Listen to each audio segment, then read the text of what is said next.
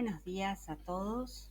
Hoy vamos a comenzar con un nuevo teórico que nos va a llevar varios encuentros.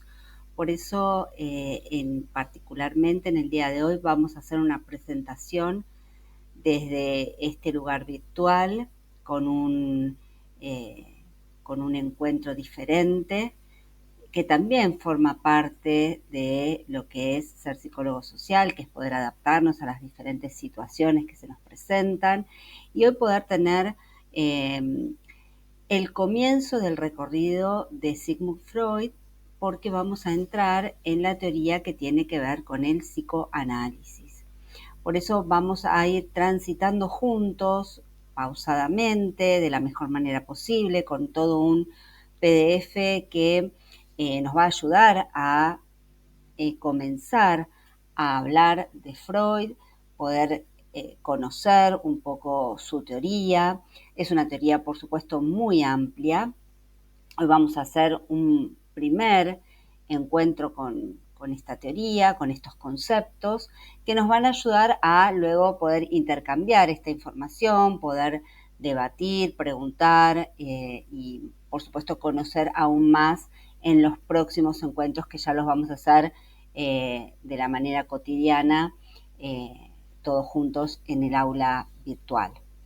Para empezar y que ustedes se puedan llevar esta presentación, hablamos de Sigmund Freud, nos estamos yendo al siglo XX. ¿Sí? Freud, como bien acá lo pueden ustedes ver, era médico neurólogo de origen judío, es considerado el padre del psicoanálisis, es quien inventó, quien creó el psicoanálisis como método para poder trabajar con la psiquis de los sujetos, pero antes de esto tuvo una vasta experiencia en ir trabajando con diferentes pacientes e ir viendo, bueno, cuáles eran sus necesidades y fue transitando por diferentes técnicas. Antes de avanzar con esto, bueno, las cuestiones biográficas de Freud para también contextualizar esto que muchas veces hablamos de poner en contexto a los teóricos que vemos, poder poner en contexto es también identificar la época en la cual Freud desarrolló sus teorías, que por supuesto son muy alejadas a nuestra época actual. Sin embargo, el resto de las teorías psicoanalíticas, psicológicas y todo lo que tiene que ver con el aparato psíquico están basadas en las teorías freudianas. Por lo tanto, Freud ha sido realmente un psicoanalista y un médico neurólogo muy importante en su época, que ha dejado marcada en la historia del psicoanálisis todo su trabajo. Nació el 6 de mayo de 1856, ¿sí? En la República Checa, y murió en Londres el 23 de septiembre de 1939 a la edad de 83 años, padeciendo un cáncer bastante grave y sin embargo vivió muchos años para esa época, ¿no? Bien, ¿a qué se dedicó Freud? Freud se dedicó al campo de la neurología, es decir, a esto de poder pensar en lo neurológico, en las afecciones mentales.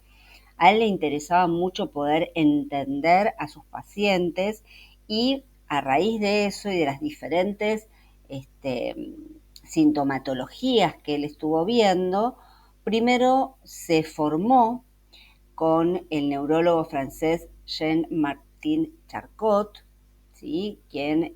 Con quien trabajó, con quien estudió en París y también de quien tomó el método de la hipnosis para trabajar los diferentes pacientes.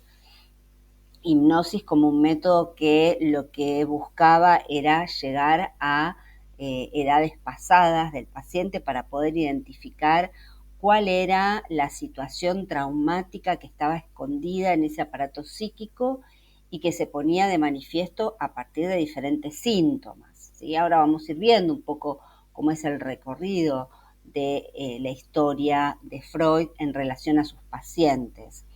Hay muchos casos, si ustedes tienen ganas de conocer más la historia freudiana, hay muchos libros escritos y donde él narra muchos casos clínicos que fueron muy famosos, como el que trabajó con Breuer, que es con quien colabora en segunda instancia en Viena y con quien desarrolla, como acá ustedes lo ven, el método catártico, ¿sí? Donde también trabajaba en encontrar el porqué de esos síntomas que en su mayoría traían mujeres y que tenían que ver con diferentes situaciones de su pasado y cómo estos casos se van a ir publicando en sus diferentes libros, por supuesto con nombres cambiados,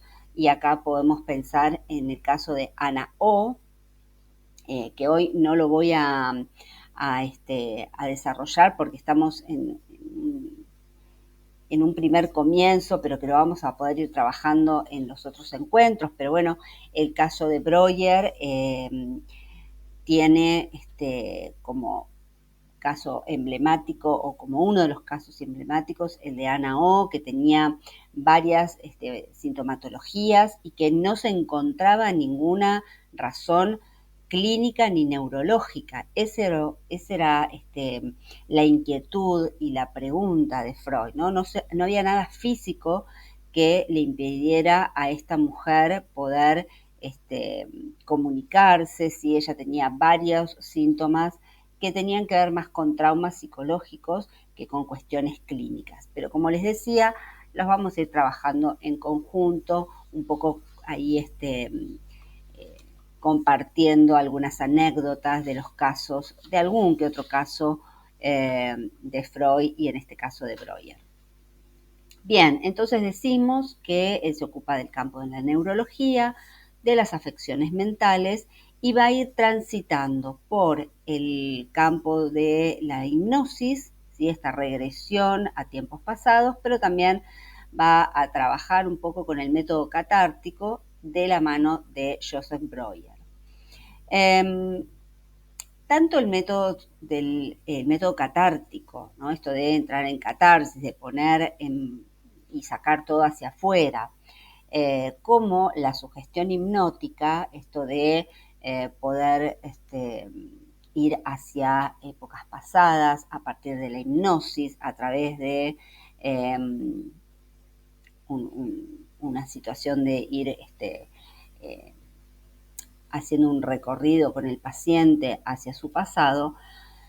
Ninguno de estos dos métodos le terminaban de convencer a Freud. ¿Por qué? Porque él decía que en algún momento había un límite en el paciente que impedía que pudieran avanzar y por lo tanto él abandona ambos métodos y empieza a trabajar el método de la asociación libre y también de la interpretación de los sueños. A Freud, como veníamos diciendo, le interesaba estudiar los síntomas histéricos y a la vez, a raíz de estos síntomas, también comenzó a estudiar los sueños y los actos fallidos. Y ahora vamos a ver por qué. Él lo que plantea, Freud, es que hay algo que desconocemos de lo que un sujeto puede manifestar. Hay algo que es de un orden, va a nombrarlo él, inconsciente. Hay un fenómeno psíquico inconsciente que a Freud le interesa mucho poder descubrir y desde ahí es de donde Freud empieza a trabajar, ¿sí? Poder hacer consciente lo inconsciente para que el síntoma se revierta. Esa era un poco la búsqueda de Freud con sus pacientes, poder encontrar la llave que le iba a permitir curar al paciente de todos esos síntomas que traía. Pacientes que traían síntomas histéricos que tienen que ver con no poder caminar, en algunos casos no poder hablar, tener diferentes complicaciones físicas que no estaban relacionadas con cuestiones clínicas, ¿sí? Por eso es que Freud empieza a decir, bueno, ¿con qué tiene que ver esta sintomatología que traen las pacientes. Y él empieza a descubrir que está más relacionado con fenómenos inconscientes. Eso es lo que empieza a detectar. Toda la historia, toda la biografía, la bibliografía de Sigmund Freud está avalada en sus propios casos, ¿sí? Él va descubriendo a partir del trabajo con sus pacientes esto que él va a ir desarrollando como su propia teoría. Bien, Freud se va a interesar entonces por aquello que conocemos, a lo que va a llamar el aparato psíquico, ¿sí? Él va a interesarse por el aparato psíquico, que como ven acá en el dibujo va a estar conformado por el consciente, el inconsciente, el yo, el superyo, el ello, pero esto es solo una figura que nos permite tener una cierta idea de qué es lo que estaba buscando Sigmund Freud. ¿Sí? Por un lado, él sabía que había algo que tenía que ver con lo consciente, lo que se veía, por eso esta imagen del iceberg es una imagen muy característica del aparato psíquico, porque lo que nos quiere dar a entender es que todo lo que está por arriba de la superficie del mar es lo que todos podemos ver naturalmente, que tiene que ver con nuestra forma de ser, que tiene que ver con nuestra personalidad, con lo que pensamos, con lo que percibimos del mundo externo, pero este aparato psíquico por debajo sí está compuesto por cuestiones más profundas que no se ven desde la superficie, por eso esta imagen del iceberg, y que tiene que ver con aquello que está oculto y que sostiene lo que se ve, y que por lo tanto, fíjense la diferencia, ¿no? Lo que se ve es muy poquito y lo que está oculto, lo que está por debajo es mucho más grande, y ahí es donde se encuentran los elementos más profundos y que tienen que ver con los recuerdos, con las necesidades, va a decir Freud, necesidades egoístas porque tienen que ver con el ego de cada uno, con el deseo propio de cada uno, diferentes experiencias vergonzosas va a plantear, traumas, todo aquello que de alguna manera dejamos en lo profundo del aparato psíquico, ahí de manera latente, muchas veces queriendo aparecer en la superficie, pero que de alguna manera este aparato psíquico, que como todo nuestro aparato, como todo el cuerpo humano es muy inteligente, va a tratar de dejar ahí reprimido para que no nos genere mayores dificultades a la hora de comunicarnos, de vivir, de estar en sociedad con un otro. Bien, así estamos dando un pequeño pantallazo, ¿no? Un pantallazo de esta historia del aparato psíquico y de todo lo que Freud va a ir descubriendo a partir del trabajo con sus pacientes. Cuando él empieza a plantear esto de la existencia de un aparato psíquico, va a decir que va a pensar que el funcionamiento de este aparato psíquico lo va a relacionar o lo va a ver de distintos enfoques. Y para eso va a elegir cuatro enfoques que nos va a dar cuenta de cómo es el funcionamiento de este aparato psíquico, que por supuesto es muy complejo, y que hasta ese momento no había gente, no había teóricos que habían abordado este aparato psíquico.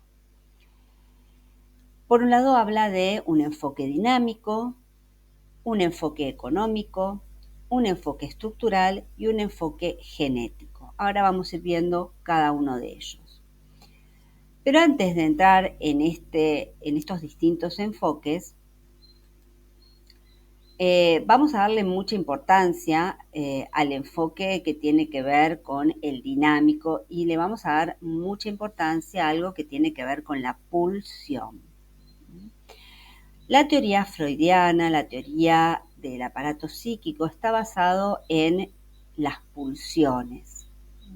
Freud va a hablar mucho de las pulsiones.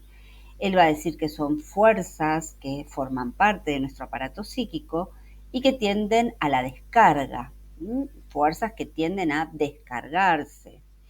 Y a la vez también hay fuerzas que inhiben, inhibitorias o inhibidoras, que se oponen a esa descarga. Por lo tanto, en este enfoque dinámico, lo que él nos trata de decir es que estas pulsiones, estas fuerzas que forman nuestro aparato psíquico están en lucha, ¿sí? Están en contradicción, se chocan, unas quieren descargarse y otras lo impiden.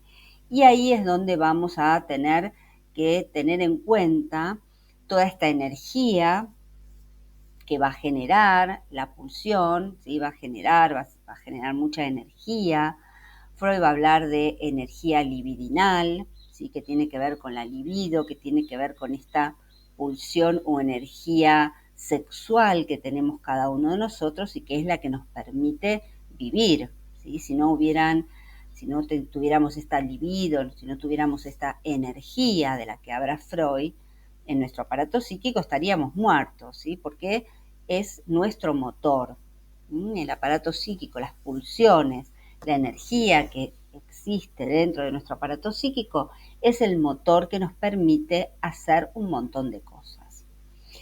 La pulsión es un concepto, él va a decir que es un concepto límite entre lo psíquico y lo somático. ¿Por qué límite? Porque justamente la pulsión está entre lo que tiene que ver con nuestro psiquismo y lo que tiene que ver con nuestro cuerpo. Está ahí, en el límite. ¿sí? Es un concepto que choca y se relaciona con nuestro cuerpo, por eso lo somático viene de soma, de cuerpo, y con nuestra psiquis.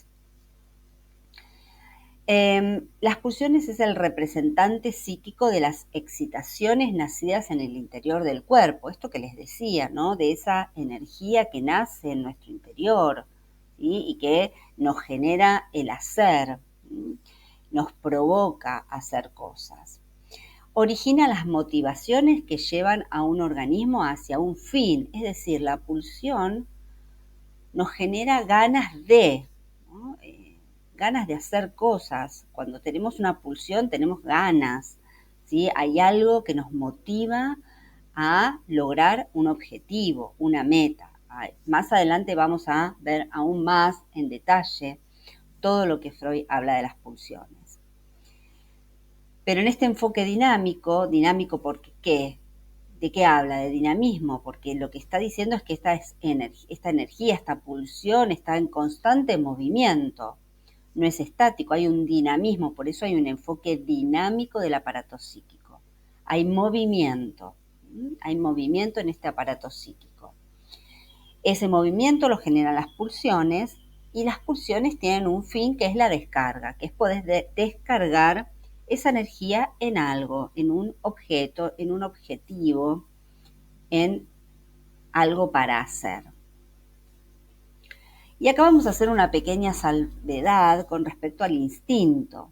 ¿Sí? Freud va a decir que la pulsión es diferente al instinto, ¿sí? No tiene mucho que ver, porque el instinto es un comportamiento heredado, ¿sí? que traen los animales en esencia. También podríamos pensar que los humanos tenemos un cierto instinto, pero está más pensado desde una respuesta estereotipada a una situación, ¿no? Entonces, lo que decimos es, bueno, el instinto es aquello que hacen los animales cuando ven una presa, ¿no? Tienen el instinto de matar, por ejemplo. Eso no lo piensa, el animal no tiene la capacidad de pensar, sino que tiene una energía que es instintiva, que responde con una conducta que ya viene heredada por su condición de ser, por ejemplo, un animal salvaje, ¿no? Entonces, bueno, tiene ese instinto de matar para poder obtener la presa y saciar el hambre. Pero nosotros, los seres humanos, tenemos un aparato psíquico que nos permite trabajar esas pulsiones, por eso no son instintivas, sino que tenemos un pensamiento que, por supuesto, permite que podamos razonar qué queremos hacer y qué no. Hablamos también del enfoque económico. ¿Y por qué trae este enfoque económico? Bueno, porque Freud dice, si hablamos de fuerzas que se contraponen, si hablamos de positivo y negativo como fuerzas, estamos hablando de cuestiones cuantificables, ¿sí? Una energía pulsional que aumenta y disminuye. Y que como nuestro aparato psíquico es tan inteligente, lo que va a buscar siempre es la homeostasis, como el cuerpo busca siempre la homeostasis, que es el equilibrio. Nuestro cuerpo todo busca estar siempre en equilibrio. Y por eso este enfoque económico también habla un poco de esto, ¿no? De poder equilibrar esa cantidad de energía que circula, ¿sí? Y distribuirla de la mejor manera. Por eso hay una distribución de esta energía libidinal, es decir, que nuestro aparato psíquico va viendo dónde pone esa energía para mantener un cierto equilibrio, y en este enfoque económico, ¿sí? Económico por esto que es cuantificable, lo que vamos a hablar es de que hay tanto una energía que está ligada a poder moverse, a poder gestar una acción, y otra energía que está más libre, ¿no? Energía que está ocupada y energía que está más liberada. Bien, vamos a pasar ahora al enfoque genético. ¿Qué dice Freud? Dice, bueno, nuestro aparato psíquico también lo tenemos que ver desde un enfoque genético, es decir, hay algo que viene con nuestra génesis, que viene con nuestra historia genética, ¿no? Que tiene que ver con factores hereditarios que hacen que nuestra psiquis sea de una manera en particular, factores congénitos que hacen que nos constituyamos de una manera en particular. Él va a hablar de una primera serie, de una segunda serie complementaria que tiene que ver con la experiencia, ¿sí? Que se complementa a esta primera serie, es decir, lo que traemos se complementa con lo que nos pasa. ¿Y con lo que nos pasa cuándo? En los primeros años de vida, aproximadamente hasta los 5 o 6 años, son las experiencias fundamentales que estructuran nuestro aparato psíquico junto con los factores hereditarios. Si pensamos que tenemos una primera serie más una segunda serie, va a decir que ambas series van a relacionarse para generar una disposición a enfermarnos o no, ¿no? Nadie es igual a otro. ¿Por qué? Porque tenemos que justamente tener en cuenta la primera serie, la segunda serie. Eso nos va a dar una condición frente a los sucesos, es decir, frente a los factores desencadenantes. Hay una disposición de cada sujeto frente a lo que sucede en el mundo externo. De esto da cuenta Freud cuando habla del enfoque genético. Bien, también él va a hablar de un enfoque estructural. ¿Qué va a decir Freud? Va a decir, bueno, él va a proponer dos modelos de funcionamiento del aparato psíquico que van a ser complementarios. En el año 1900, él va a traer la primera tópica o modelo topográfico, donde va a hablar de tres sistemas, ¿sí? Topos que viene de lugar. Y él va a decir entonces que este aparato psíquico está formado por tres sistemas que conforman parte, un lugar dentro de este aparato psíquico. Y él va a hablar del sistema inconsciente, preconsciente y consciente. En una segunda tópica o modelo estructural, él va a complementar esta primera tópica de la construcción del aparato psíquico, y fíjense que tarda 23 años para complementar esta primera tópica. Si no lo hace al instante, no lo hace a los 2-3 años. 23 años después, él va a hablar de el ello, el yo y el super yo. Van a complementar, no es que suplanta a la primera tópica, sino que la complementa. A través de toda su investigación, de sus trabajos, de seguir analizando a los pacientes, él va a decir, bueno, esta primera tópica me queda chica, digámoslo de alguna manera coloquial, necesito complementarla y profundizar con una segunda tópica, que por supuesto la vamos a ir viendo en detalle en el próximo encuentro. Hoy vamos a profundizar un poco más en lo que es la primera tópica. Bien, dijimos entonces que la primera tópica está formada por 3 sistemas.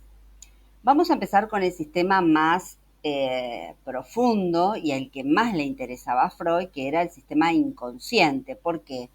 Bueno, porque él justamente lo que notaba es que lo que estaba en ese paciente que tenía frente a él y que tenía que ver con lo que se veía, no era lo que el paciente podía transmitir. Entonces, a él le interesaba lo que no se veía, ¿no? Lo que claramente estaba puesto en el síntoma.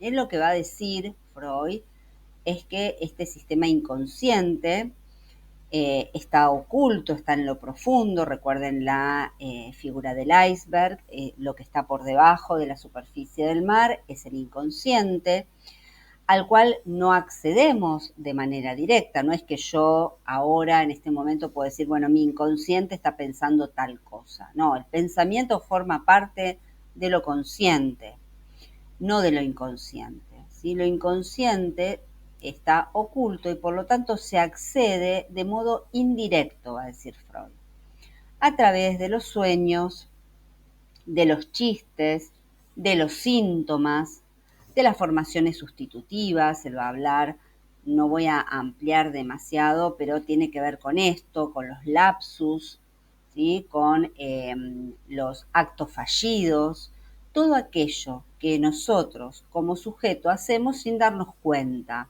Un acto fallido es cuando alguien hace algo y quería hacer otra cosa, ¿no? Un lapsus es cuando alguien dice algo sin querer, en realidad quería decir otra cosa. Y hay un montón de otras maneras de acceder a ese inconsciente. ¿Por qué? Porque se hace presente, por eso se accede. También en un chiste que alguien dice y que en realidad está queriendo decir otra cosa. O a partir de los sueños. Por eso cuando empezamos hoy el teórico hablamos de la interpretación de los sueños. Freud se va a dedicar, va a escribir un libro que es la interpretación de los sueños, porque él va a detectar que en ese sueño, en el sueño recordado por el paciente, hay mucho de lo inconsciente. Y él va a trabajar tratando de encontrarle un significado a esa simbología que es el sueño. Este sistema inconsciente entonces se manifiesta al consciente, ¿sí? Pasa al consciente, pero de una manera disfrazada. Si accedemos a través de sueños, chistes, lapsus, es que el inconsciente se disfraza. ¿Para qué? Para poder atravesar el preconsciente y entrar al consciente. De manera disfrazada, dice Freud, es decir, aparece de alguna forma distinta. Es arcaico, es reprimido, dice, ahí encontramos todo aquello que tiene que ver con nuestro pasado, todo aquello que tiene que ver con lo que no queremos recordar, que está reprimido, que está oculto en el inconsciente.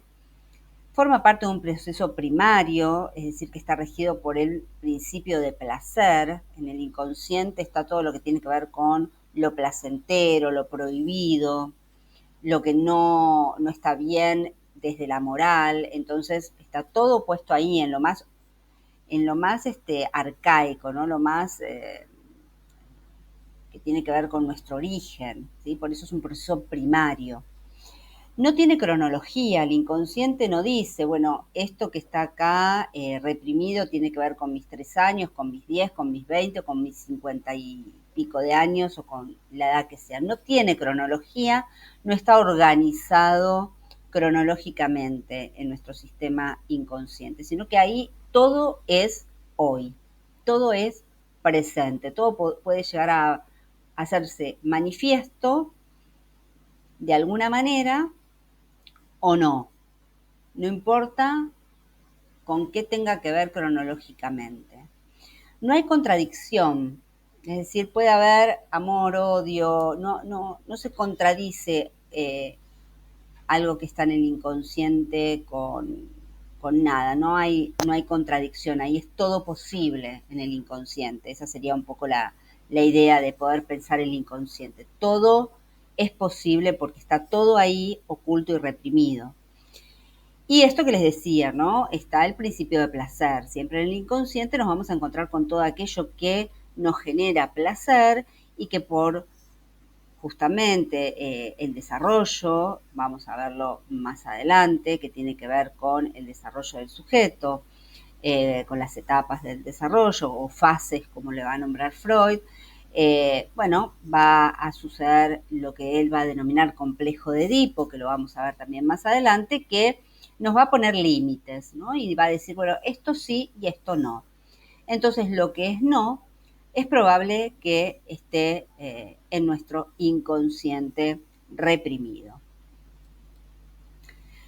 Luego vamos a tener un sistema preconsciente. El preconsciente está ubicado entre el consciente y el inconsciente. Funciona como una especie de barrera protectora, ¿sí? Todo aquello que tenemos que dejar en el inconsciente, el preconsciente lo va a sostener, lo va a mantener ahí, pero también algunas cosas van a ir pasando al consciente. ¿De qué manera? Con estas formaciones sustitutivas, con estos chistes, lapsus, que estuvimos hablando recién, de manera disfrazada, se va a abrir esa barrera del preconsciente y va a permitir el paso de algo que está en el inconsciente. El preconsciente está ya conformado por el proceso secundario, es decir, que acá en el preconsciente empiezan a aparecer la lógica en el pensamiento, tiene la función el preconsciente de pensar, ¿sí? Como también lo va a tener el consciente, puede entender cuál es la diferencia entre la realidad y la fantasía, ¿sí? El preconsciente, justamente al estar en el medio del consciente y del inconsciente, puede identificar, bueno, qué tiene que ver con lo real, pero también qué tiene que ver con lo fantasiado. Y busca postergar la descarga, esa descarga de la energía por diversos caminos. ¿Sí? Es como que va organizando lo que va sucediendo en nuestro aparato psíquico. Está ahí en el medio, como organizador, como lo dice acá, reservorio de impresiones que son procedentes del exterior y radican en representaciones verbales, ¿no? Aquello que viene de afuera y que es percibido por nuestro consciente y que queda como una representación verbal, como una palabra, en nuestro preconsciente.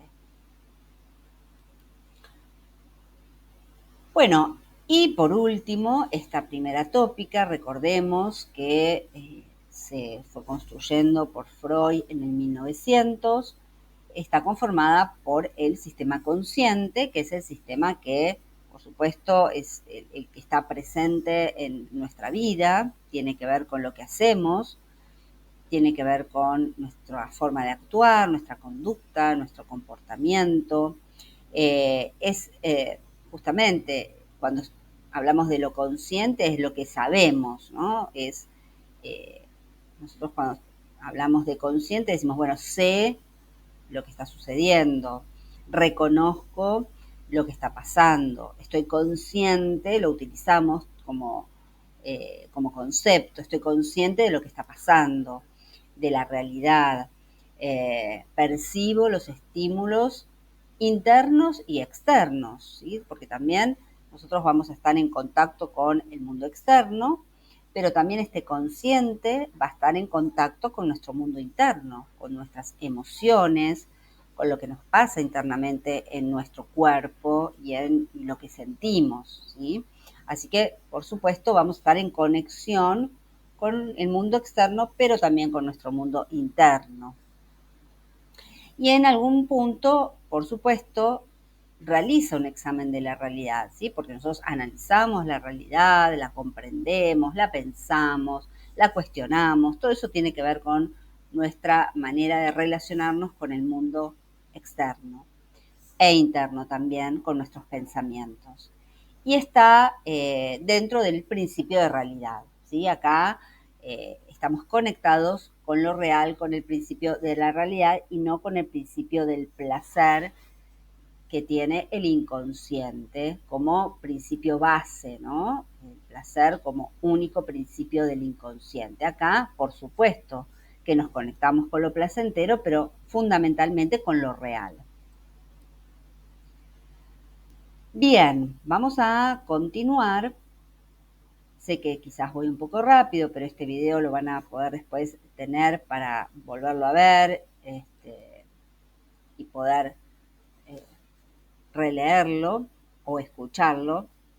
Así que tienen esa posibilidad y en el próximo encuentro harán y compartiremos las diferentes dudas o los diferentes pensamientos en relación a esta primera presentación de Sigmund Freud. Quiero retomar un poco esto de las pulsiones, que decíamos que nuestro aparato psíquico está conformado por pulsiones. Esto quiere decir que hay una energía constantemente funcionando y que es la que nunca deja de existir. Tampoco la pulsión nunca pasa a ser objeto de la conciencia, solo su representación, es decir, lo que representa la pulsión como algo que se nos hace consciente cuando tiene una representación simbólica, un deseo real. ¿Qué quiero decir con esto? Que todas las pulsiones van a estar conformadas por estos cuatro elementos. Ahora los vamos a ver. Uno que tiene que ver con la fuerza o el esfuerzo que hace la pulsión, la fuerza o el motor, ¿sí? Que tiene la pulsión, que es, bueno, justamente lo que representa esa pulsión, ¿no? Esa energía, esa fuerza. Por otro lado, va a tener otro elemento que es la meta, es decir, la satisfacción que se alcanza cuando se cancela, lo leo esto, el estado de estimulación en la fuente de la pulsión. La meta es la satisfacción. Eso es la meta que tiene una pulsión. El objeto es aquello en o por lo cual puede alcanzar su meta la pulsión. Es decir, el objeto que nos da satisfacción. Podríamos pensar, y ustedes pueden pensar, en el operativo, bueno, una pulsión se hace presente en el aparato psíquico y tiene, obviamente, una fuerza que nos motiva a hacer algo. Ese algo nos genera una satisfacción, por eso hay una meta, sobre o con un objeto, no sé, nos da satisfacción comer, entonces hay un esfuerzo, hay una meta que es comer y hay un objeto que se come, que es una torta de chocolate, por ejemplo.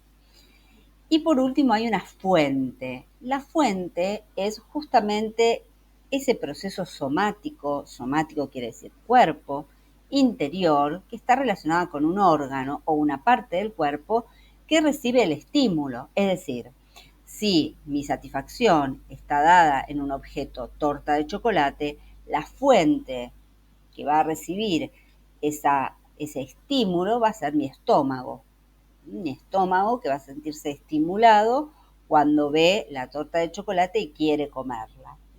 Todo ese proceso que para nosotros es automático, nadie lo piensa, nadie dice, ahí tengo una pulsión, entonces la quiero poner y cancelar en un objeto con la meta de satisfacer mi deseo de comer una torta de chocolate porque mi estómago me lo está pidiendo. Todo esto que yo les acabo de contar, por supuesto es algo que es automático, que es natural para nosotros. ¿Sí? Solo que Freud, ¿qué hizo? Estudió a los sujetos y empezó a darle nombre a las diferentes situaciones que aparecen en nuestro aparato psíquico. ¿Y qué va a decir él? Bien, la teoría de las pulsiones va a ser una teoría muy importante porque forman parte de nuestro aparato psíquico. La pulsión va a estar definida en pulsión de vida o pulsión de muerte. ¿Qué quiere decir esto? Quiere decir que cada uno de nosotros va a estar en esta contradicción de la que hablaba en un primer momento cuando hablábamos de un enfoque económico, donde hay y dinámico también, donde hay energías, donde hay fuerzas en contraposición que generan un equilibrio. Y entonces Freud va a decir, bien, la pulsión de vida es la pulsión que nos invita a hacer, ¿no? Es la pulsión que, por supuesto, habla de conservar la especie humana, ¿no? Donde la energía está puesta en vivir, crear, satisfacernos, eh, ser felices, ¿sí? Está ligada al principio de placer fundamentalmente, esta pulsión de vida, cuando hablamos con un sujeto que tiene ganas de hacer cosas, no solamente de vivir, sino que vemos a alguien que tiene motivación, que tiene energía, que pone la energía en acciones positivas, en trabajar, en estudiar. Bueno, ahí estamos hablando de una pulsión de vida, ¿sí? Hay una energía, una pulsión que piensa en un proyecto, en hacer. Pero también va a existir la pulsión de muerte, y que la pulsión de muerte no tiene que ver con que queremos morirnos. Ese sería un caso extremo. La pulsión de muerte tiene que ver con aquello que está ligado al síntoma y a la repetición de lo que no nos hace estar conectados con la pulsión de vida. Y ahí podríamos pensar en todas aquellas cosas que nosotros hacemos que nos desconecta de la pulsión de vida, nos desconecta de lo placentero. Podemos pensar que la pulsión de muerte se hace presente cada vez que nosotros hacemos algo que nos hace daño o hacemos daño a un otro. Y no digo daño físico, digo de maltrato o con nosotros mismos, ¿no? Cuando hay una pulsión de muerte es cuando no tenemos ganas de nada, cuando repetimos situaciones que nos hacen daño, que sabemos que nos limita, cuando hay mucho síntoma. El síntoma piensen que está relacionado con todo aquello que Freud va a decir que no estamos pudiendo procesar. El síntoma está relacionado con todo aquello que no podemos trabajar. Por eso él va a trabajar todo esto en las sesiones psicoanalíticas, que también las veremos con mayor profundidad en los próximos encuentros. ¿Sí? El psicoanálisis, recuerden que él es el padre del psicoanálisis y que va a trabajar todo el tiempo con esta pulsión de vida y pulsión de muerte. Y con poder poner en palabras todo aquello que está relacionado con un dolor, con un sufrimiento. Freud va a hablar mucho del sufrimiento psíquico y por lo tanto él va a hablar mucho y va a trabajar en poder transformar ese sufrimiento, en poder poner en palabras para transformar el síntoma, ¿sí? Para que los pacientes se curen, como él bien lo dice, ¿no? Y para lograrlo, bueno, va a tener que trabajar en la palabra. Recuerden que ya no funcionaba ni la hipnosis, ni el método catártico, sino que lo que va a funcionar es la palabra dentro del método psicoanalítico, que va a estar relacionado con la asociación libre. Y por parte del paciente, la asociación libre, es decir, asociando diferentes palabras, frases, ¿sí? En una sesión psicoanalítica freudiana propiamente dicha, el paciente empieza hablando de una cosa y termina hablando de otra. Bueno, Freud lo que va a invitar es que el paciente pueda asociar libremente. Eso va a ser parte del método psicoanalítico por parte del paciente, la asociación libre, y por parte del terapeuta o del psicoanalista, la atención flotante. ¿Qué significa atención flotante? Que el psicoanalista va a estar siempre muy atento a captar los indicios que da el paciente que están relacionados con ese síntoma, con aquello que está oculto en el inconsciente y que puede justamente tomar el psicoanalista para acompañar a que el paciente pueda seguir generando esta asociación libre. Bien, hablamos entonces que todo lo que tiene que ver con la pulsión de muerte tiene que ver con la repetición, con la estereotipia, si lo relacionamos con otros temas que estuvimos viendo hasta ahora, ¿no?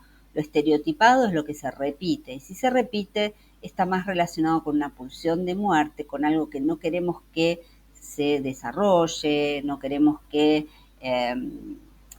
funcione, ¿sí? Transformador. Cuando algo no es transformador, está más relacionado con esta pulsión de muerte. Pero, como les dije, en un principio no tiene que ver que estamos buscando la muerte, salvo casos extremos, por supuesto, sino que estamos generando cierta resistencia, resistencia a los cambios. Bien, entonces, última parte de este primer encuentro. Vamos a hablar un poco más de lo que son las nociones de conflicto, angustia y los mecanismos de defensa para cerrar el encuentro de hoy y que se puedan llevar la mayor parte de la información de esta primera tópica de Freud. ¿Qué va a decir Freud cuando habla de conflicto? Bueno, él dice que el conflicto es cuando en una persona hay una tendencia contraria que se opone entre sí, ¿no? Uno está en conflicto cuando hay cuestiones que se contradicen, que se contraponen, que se oponen entre sí. Quiero y no quiero, estoy en un conflicto. Me quiero comer esa torta de chocolate, pero sé que me hace mal, ¿no? Estoy en un conflicto. Este conflicto es propio del ser humano. Nosotros, los sujetos, estamos constantemente en conflicto, conflictuados, ¿sí? Conflicto puede ser entre lo manifiesto y lo latente, es decir, lo que digo, lo que muestro y lo que realmente está oculto, está latente, que muchas veces es contradictorio, ¿no? Esta contradicción que tenemos en la vida cotidiana. Conflicto entre lo deseado y lo prohibido, lo que queremos y lo que no podemos. Y ahí hay un conflicto también. Quiero hacer tal cosa, pero sé que está mal. Sé que no corresponde. Sé que me estoy pasando de los límites. Pero hay un deseo también. Entonces me conflictúo. Tengo un conflicto. O por supuesto un conflicto entre el principio de realidad y el principio de placer que tiene que ver un poco con esto que acabo de decirles, ¿no? La realidad me dice tal cosa y el placer, el deseo me invita a hacer tal otra, ¿no? Entonces estoy conflictuado en qué hago con esto. Por otro lado va a aparecer la noción de angustia, ¿sí? Y la angustia, como acá bien lo dice, es el sentimiento displacentero que pone de manifiesto la existencia de un conflicto. Cuando hay un conflicto, cuando no sé qué hacer con algo, por esta propia contradicción, aparece el sentimiento de angustia, ¿no? Cuando uno está con alguien y esa persona le dice estoy angustiado, está conflictuado, no sabe qué hacer con lo que le pasa. Entonces se angustia y la angustia es una manera de demostrar hacia afuera con esa emoción el conflicto interno. Uno se puede angustiar justamente por un conflicto que tiene que ver con lo real o no, con algo que me imagino, con una fantasía que tengo. Y lo que va a suceder en este aparato psíquico, que por supuesto es tan inteligente, diría yo, o tan sabio, que la angustia pone en marcha mecanismos de defensa. Freud va a hablar mucho, Freud y muchos otros van a hablar de los mecanismos de defensa, que son justamente las herramientas o las técnicas que tenemos nosotros para evitar esta angustia y resolver una situación de conflicto. Y ahora vamos a, en esta última parte de la presentación, a nombrar algunos mecanismos de defensa, ¿sí? Los más conocidos, en los cuales nos podemos reconocer cada uno de nosotros cuando los conozcamos. Hablamos de un mecanismo de defensa que se llama condensación y que es el mecanismo que lo que permite es que ciertos elementos del inconsciente se reúnan en una sola imagen o un objeto, y esta condensación siempre aparece en el sueño. ¿Sí? ¿Vieron cuando soñamos y nos despertamos y recordamos que soñamos que, por ejemplo, un ejemplo muy básico, que estamos, no sé, enamoradas o enamorados de un personaje, de un actor famoso? Bueno, condensamos un deseo inconsciente en la figura u objeto de un actor famoso o actriz famosa que desconocemos, por supuesto, porque no está a nuestro alcance, no es real para nosotros. Eso es una condensación, ¿no? En el sueño estamos condensando un deseo en la imagen de otro. Solo ocurre en el sueño. Luego tenemos la disociación, ¿sí? Donde el inconsciente nos hace olvidar, ¿sí?, de eventos o pensamientos que pueden ser dolorosos o que son dolorosos, entonces los disociamos. ¿Sí? Entonces hay una situación que es disociada, que le quitamos lo que nos hace daño. Y en el consciente solo queda aquello que nuestro pensamiento permite que recordemos. Y vieron que a veces esto pasa mucho, que hay gente que recuerda una parte de su historia y otra no, ¿no? Disoció, separó aquello que para el aparato psíquico le puede hacer daño o lo puede angustiar. Recuerden que hablábamos del concepto de angustia. El desplazamiento, ¿sí?, que es otro mecanismo que todos usamos de manera natural, que es la condición en la cual no solo el sentimiento conectado a una persona o hecho en particular es separado, sino que además ese sentimiento se une a otra persona o hecho. Es decir, le quitamos, vamos a hacer una suposición. Me llevo, siempre digo lo mismo, pero bueno, me parece la más práctica. Me llevo mal con mi jefe en el trabajo y entonces me encantaría decirle de todo, ¿no? Inconscientemente tengo la fantasía de un día tener la posibilidad de decirle todo lo que pienso de él. Me genera, qué sé yo, bronca, ¿no?, cómo me trata, lo que fuera. Y entonces desplazo ese sentimiento, desplazo eso que siento por mi jefe, y en lugar de tratarlo mal a mi jefe, que sería lo que deseo, supongamos, ¿no?, o de decirle varias cosas en su cara, lo desplazo ese sentimiento hacia otra persona.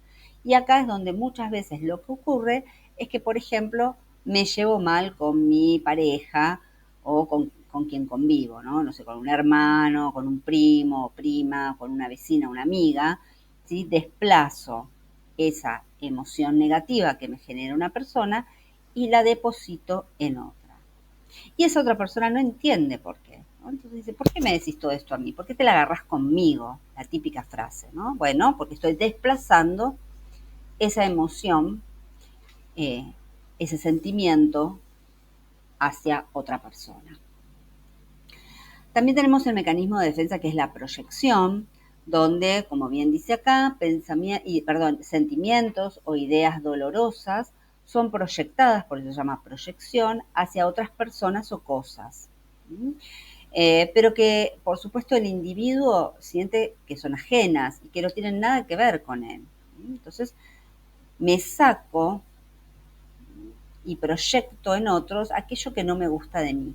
Por ejemplo, pasa mucho cuando uno no ve en sí mismo lo que está pasando y lo ve en otro, ¿no? Lo proyecta en otro. Y acá también ejemplos de pensar, bueno, estoy proyectando en mi compañera de trabajo todo aquello que yo estoy haciendo mal, pero en lugar de decir que yo lo hago mal, porque me reprimo todo eso, o mi ansiedad, o mi malestar, me hace mal a mi psiquis. Entonces, en lugar de angustiarme por lo que yo hago, lo proyecto en mi compañero de trabajo y digo y pienso todo lo que hace mal mi compañero de trabajo, todo lo que se equivoca mi compañero de trabajo sin mirarme a mí y ver qué me está pasando a mí con eso, ¿no? Lo proyecto en el otro.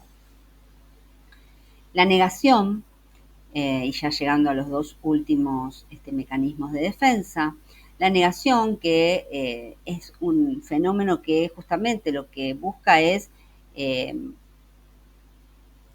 no dar cuenta de lo que está sucediendo, negar lo que me pasa.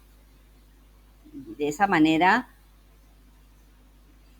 reprimo o mejor dicho niego lo que me pasa y entonces no me angustio, ¿no? Niego una situación. Eso ocurre muchísimo en diferentes situaciones donde uno niega y hay otra persona que te dice, pero ¿no te estás dando cuenta que te están haciendo esto? No, no me doy cuenta, no es así, lo niego, ¿no? No quiero verlo, no quiero ver esa realidad. Y por último, el mecanismo de la represión, donde justamente reprimimos todo aquello que es censurable. Lo dejamos y lo eliminamos, lo manifestamos muchas veces como un síntoma, porque no lo podemos poner en palabras, ¿no? Reprimimos un montón de cosas y todo aquello que reprimimos, de alguna manera, sale a modo de síntoma. Y esto ocurre constantemente, ¿no? Cuando uno tiene un síntoma, una afección, muchas veces en la terapia empieza uno a poner en palabras aquello que está reprimiendo y ese síntoma empieza a desaparecer. Esto no quiere decir que sea sencillo lograr esta conversión, ¿no? Este cambio. Pero bueno, es a partir del psicoanálisis y de este método que crea Sigmund Freud, es que todos estos mecanismos de defensa empiezan a poder trabajarse y a poder entender qué es lo que nos angustia realmente, poder encontrar el motivo de esa situación y poder revertirla. Claramente estamos hablando de nosotros. Hablar de Freud es hablar de nuestro aparato psíquico.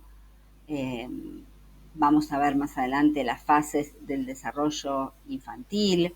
Vamos a ver lo que nos pasa en estos primeros años de vida, que Freud va a decir que son sumamente importantes para esa estructura que estamos construyendo, ¿sí? Que lo vimos cuando hablamos de lo genético, los factores genéticos, lo heredado, pero también lo vivido, la experiencia de los primeros años de vida, fundamentales en cada uno de nuestros aparatos psíquicos. Cada uno de nosotros es quien es, teniendo en cuenta todo esto que venimos hablando hoy.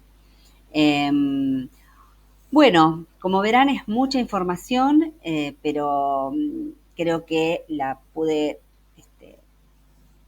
transmitir en estas líneas y en esta presentación. La idea es que, por supuesto, cuando nos encontremos podamos retomar algunos conceptos y seguir avanzando e ir conociendo de a poco lo que es toda la historia de Freud o lo que por lo pronto vamos a poder ver en este año. Por supuesto que es un recorte que nos sirve para entender a los grupos también, porque cada vez que comprendemos mejor nuestro aparato psíquico, cuando podemos comprendernos a nosotros mejor, podemos empezar a trabajar mucho mejor con los grupos también, ¿no? Y poder comprender la psiquis humana en líneas generales. Bueno, hasta acá llegamos, les mando un saludo y espero que puedan ver bien esta presentación y en el próximo encuentro lo vamos trabajando juntos.